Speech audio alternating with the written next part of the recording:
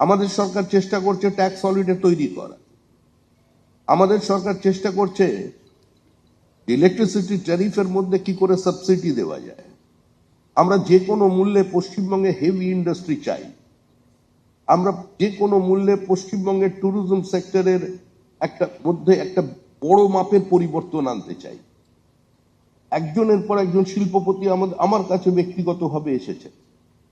আজকে সকালে একজন ভেঞ্চার ক্যাপিটাল নিয়ে কাজ করেন এ ধরনের একজন অত্যন্ত প্রথিতযশা ব্যক্তি এসেছিলেন। তিনি বলছেন আমি কয়েক মিলিয়ন US ডলারের ইনভেস্টমেন্ট আমি এখনই পশ্চিমবঙ্গে করে দিতে পারি। এখানে কোনো ক্রুজ নেই, আমার দুটো কেনা ক্রুজ এখন পর্যন্ত চায়নায় দাঁড়িয়ে আছে।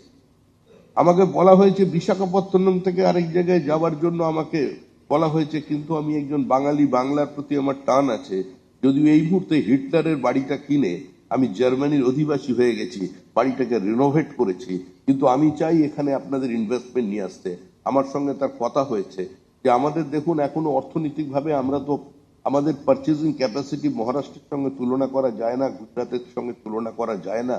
আমি বললাম একটু ছোট অবস্থার মধ্যে আপনি নিয়ে আসুন, অন্তত কলকাতা থেকে বেনারস আমরা এটা স্টার্ট করতে পারি। Is ready.